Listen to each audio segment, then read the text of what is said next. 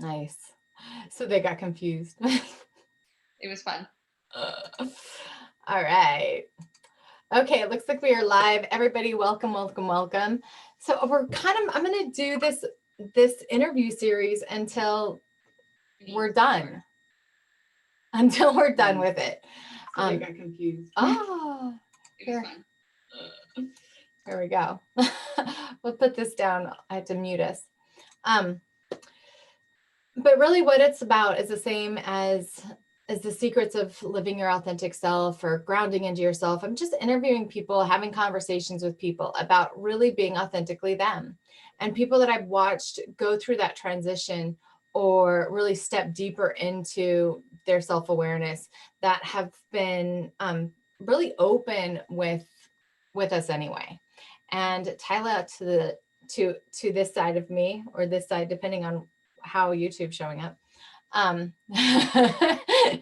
is a shining example of that. And Tyla and Sonia from last week, we met together at, well, I don't know if we met the exact same time. I think we actually met way before. I think we met at the thing in California. What was it called back then? Which one? It was one of Tara's events.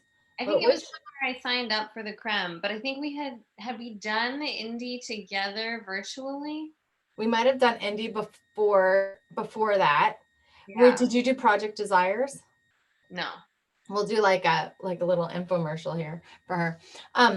But anyway, so we met, we did the crim together, and it was a beautiful and incredible experience of growth, one that definitely rocked my world. I didn't have like the best year that year, but it was divinely orchestrated for sure for me to be in the crim. And I watched you go through such a beautiful transition. And every aspect of your life changed and up leveled and continues to. And the way you seek to know your truth, which is this morning I was talking about what I consider awake, is aware of who we are and willing to look at those little micrometer experiences that we had as a kid that shaped us, and either own it and shift it, right? One way or the other.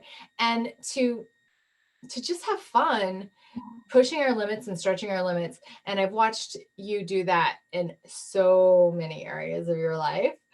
She has a great Instagram, raw and real. I will call it a program, even though it's your story. And you can travel through the streets of New York with her. Anyway, so everybody meet Tyla. She's an amazing coach and just an authentic human being, and here to talk about being you. It's my favorite thing to talk about.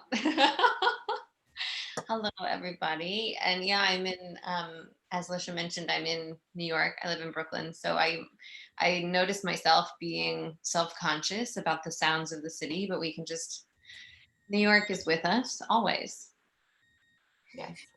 Yes. So why don't we just talk about anything that comes up? But when it comes to stepping into your authenticity, like what was that shift for you? I mean, there was a shift for you. I saw the shift for you. Yeah, it's interesting because I don't know that I can point to one specific thing or one specific choice or one specific moment. Mm-hmm. I think if anything, saying yes to personal development work, and it's kind of like as my self-awareness increased, one of my favorite sayings is that awareness without action equals suffering. Because the more you can see, if you're not actually taking action, if I'm not actually taking action, then it's actually painful to see what I see. And so I think it was like diving into the self-awareness work. And then the more I saw of myself, um, the more uncomfortable it became to not step into my authenticity. Like the more clearly I could see myself denying my voice or denying my truth, Mhm. the more uncomfortable that became. And so has been for me a practice of stepping into owning what's so for me in any given moment over and over and over and over.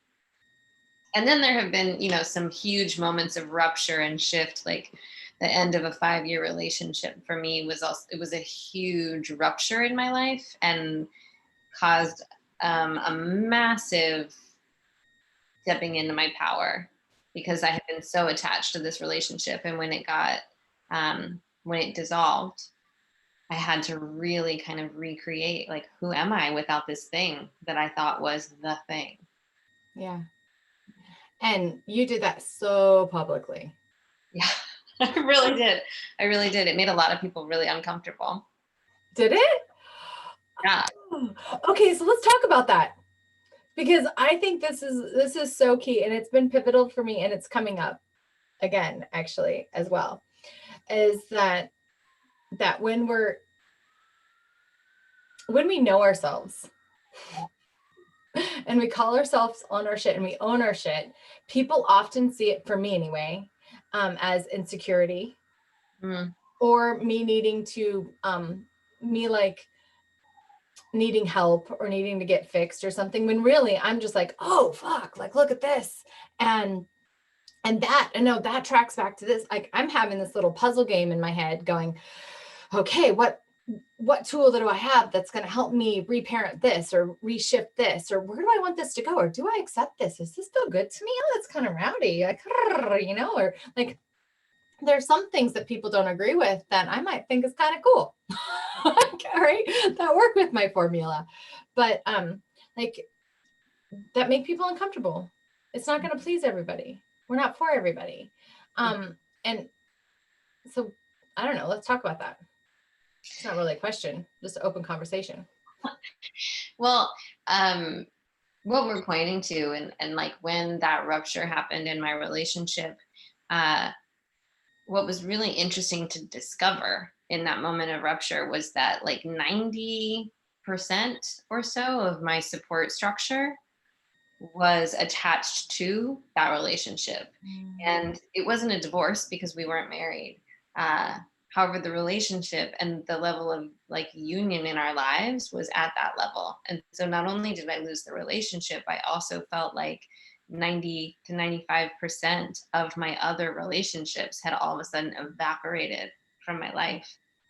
I think And so many people can relate to that with, I think it happens with relationships, divorce too, especially, but any significant relationship. And I think it also happens when we get sick.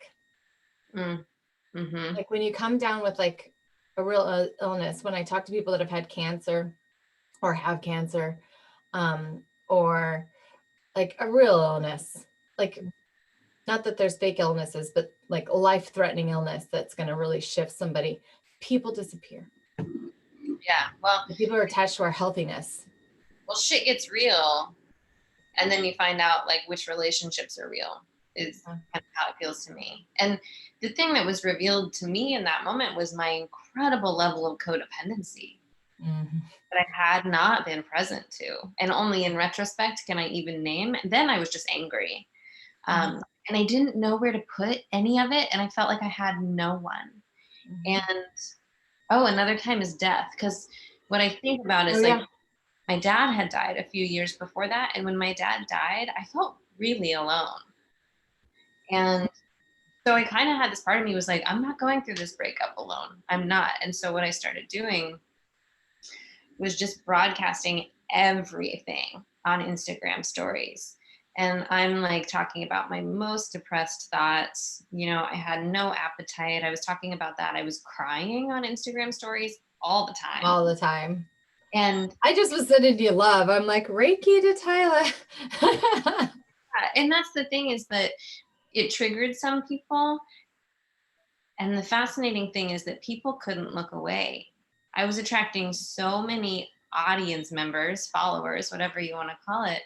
people from my past coming out of the woodwork, not talking to me for the most part, not interacting with me, but watching religiously.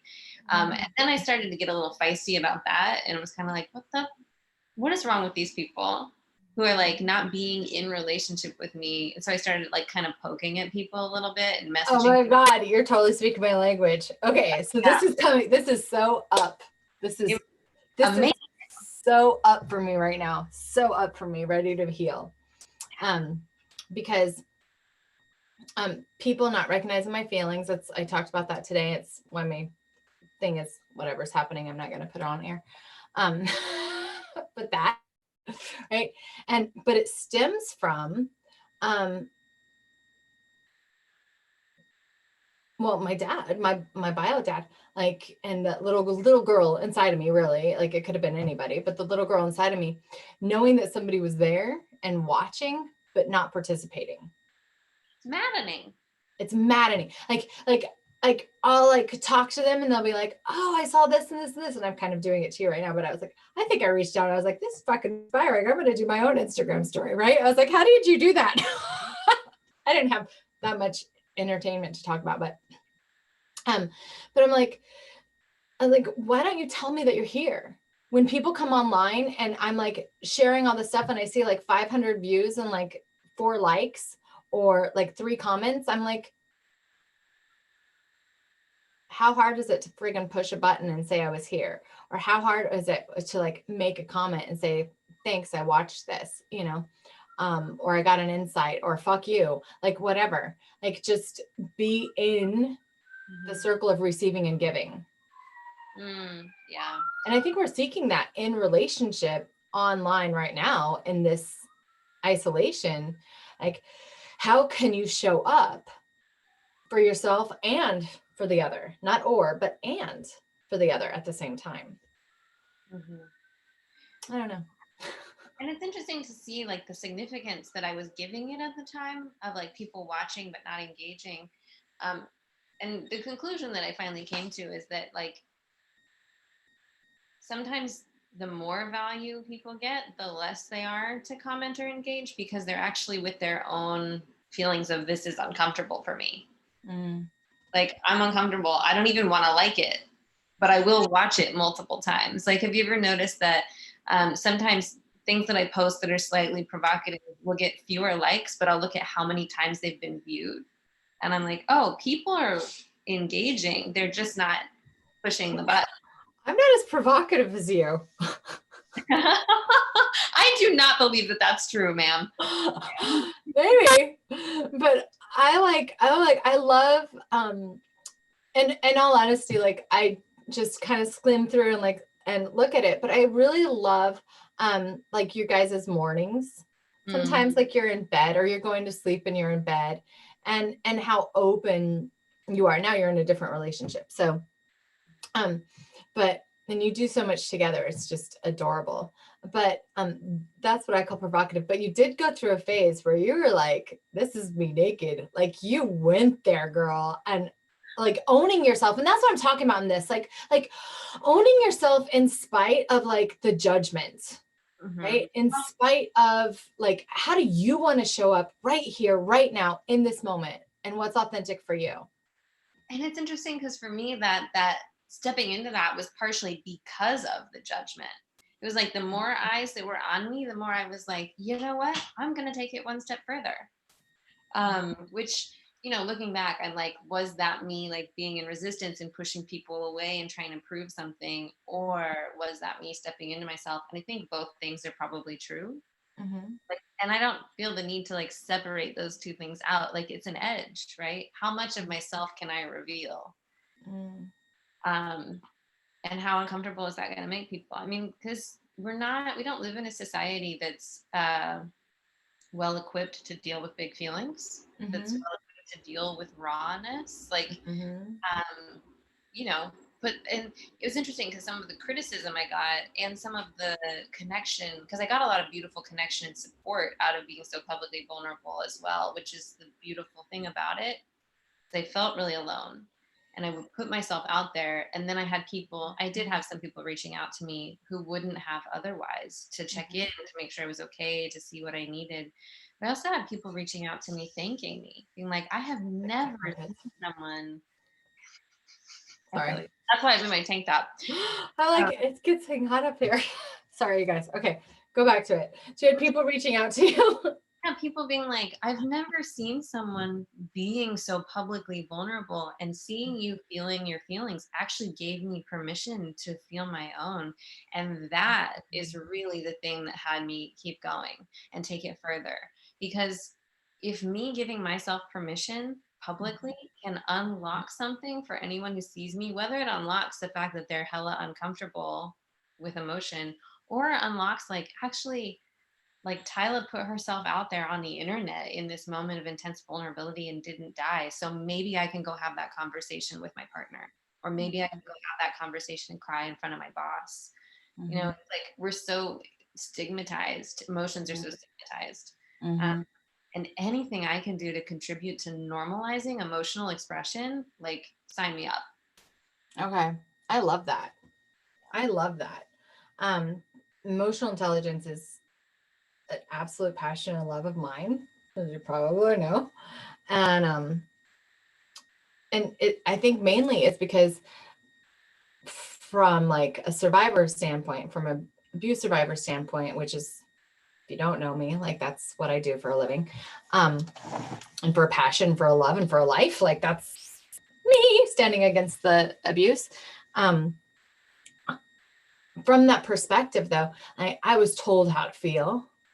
I was told what to feel. I was told what was appropriate and what wasn't appropriate. And for me, luckily, I have this fire, rebellious, fuck you attitude, and I've had since I was a kid. So I would lash out. But then the emotions they turned into PTSD, right? They controlled me. I didn't control my emotions. So it was just the same as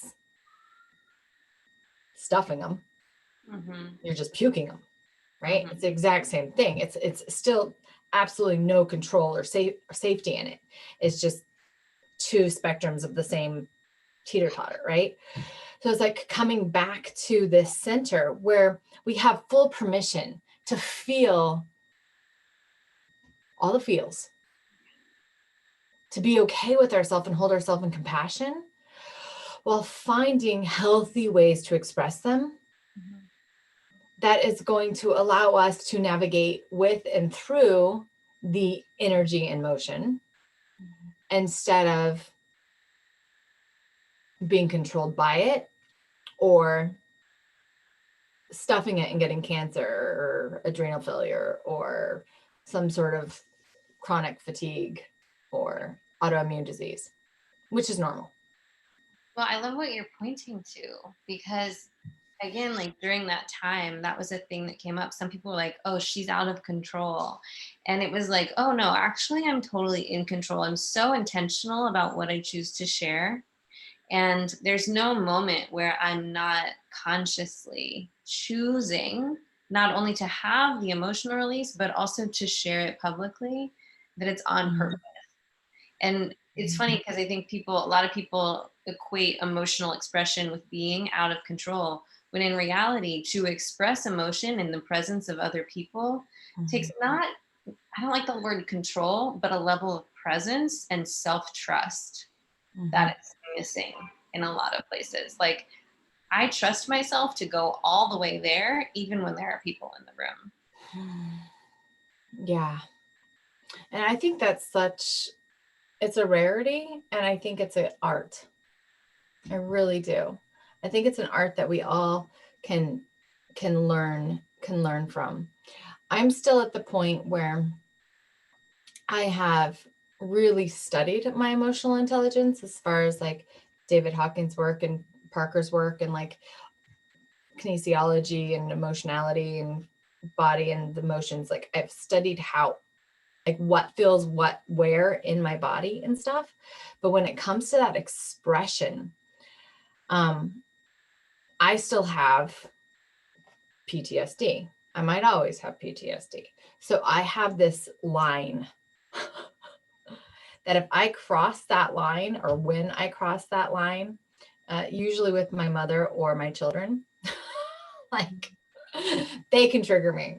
Not everybody else I'm pretty safe with, but they still get me. Everyone used to be fair game, so I've grown a lot. But I I go into that historic mode where I don't have that conscious control. And although I'm not scared of it, and I feel like it's a release, like it keeps me from having cancer again or something, it's still this territory that I protect myself from. I know I don't let myself fully move in my self trust to navigate my emotions as much as I could if I didn't have that line. Does that make sense?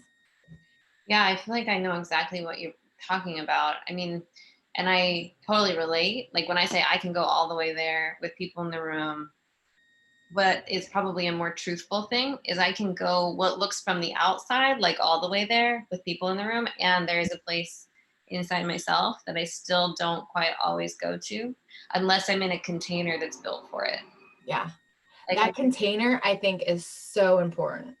And yeah. that's why trained coaches or Mhm. therapists or really good best friend that knows you and can hold that container, or Yeah. mate or partner, a person that you have built the container with.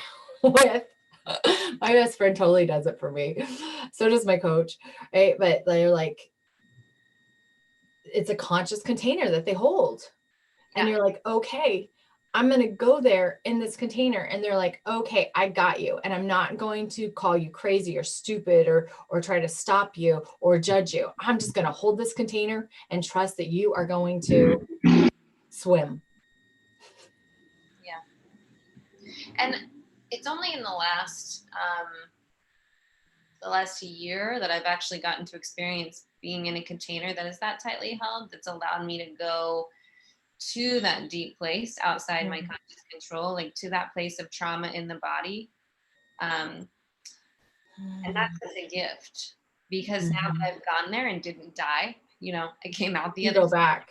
and everybody around me was okay too. I did it in a transformational program. So there was like many other people in the room who were all involved in holding that container for me. Mhm. To like come out the other side of that expression of deep trauma and to see like not only did I not die and nobody else died, but also no one was mad at me for Mhm. going there. And if anything, I was even more loved for Mhm. how deep and vulnerable I was willing to like go in that moment. And I think that's the thing is I know for me, I definitely have a subconscious fear of like if I go there, I'm gonna scare people. Mhm. If I go there, people are gonna be mad at me. They're not gonna love me anymore. And it's so Mhm. interesting, right? Because we've just like, It's usually the opposite, though. yeah, It's usually the opposite. I mean, not the freak out, like you can go there, but if you're going there in a container and you're like, I have to feel this, especially like processing PTSD, holding that container for people and allowing them to go there and really do all the things, all the crazy shit that your body expresses when you're walking through there that you wanted to do in that moment that you couldn't because you didn't have the coping skills, you weren't old enough, or you don't have the memory or whatever, however the PTSD happened, um, is such a sacred place. And most people that are going to be in that relationship with you to hold it are going to just love you more and more and more. I think this is something that should be taught in relationship, like with partners. Like if you're going to get married or you're going to get into a relationship, like learn how to hold each other's container. yeah. My person probably would have to get like a PhD in it or something. Container holding. Thankfully, my fiance is also like really deeply invested in transformational work. It's such a gift because like we actually can and do that for one another. And we also know when something's outside the scope of what one of us can hold for the other one. If I'm like, I'm not the person to support you with this right now because I'm in my own process. Mhm. So it's like that's the other thing. Like if we go back to the overarching intention of this conversation of like stepping into your authentic self more and more in the world. It also has to do with like the level of support I have around me in the world, of like people who will hold that space for me when I need it. And more trusting myself to be my own container for wherever I need to go in a given moment. Yeah. It's very jargony when we're like talking about containers. But how else do you explain it, really? I mean, riverbanks, I don't know, space. It's like trusting me to hold myself, whatever experience comes up, like whatever pain, whatever grief, whatever fear comes up. I've done enough work with my support people, with my therapist, with my coach in these transformational spaces that I know I can hold it. I don't have any doubt about my own ability to hold. Even I going, think that's what freaks people out. Going back to that second part of our conversation, like people aren't expecting people to be able to hold their own. And when you can trust the person to work through their own process and come to their own realizations and hold that space, then they can talk through it. You can hold that space with them. And it's really a with, I think, actually. Yeah, especially period. It's a with.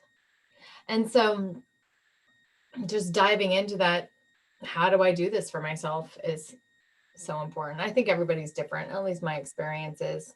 Like what works for one person doesn't work for everybody, but you find your thing when you seek it.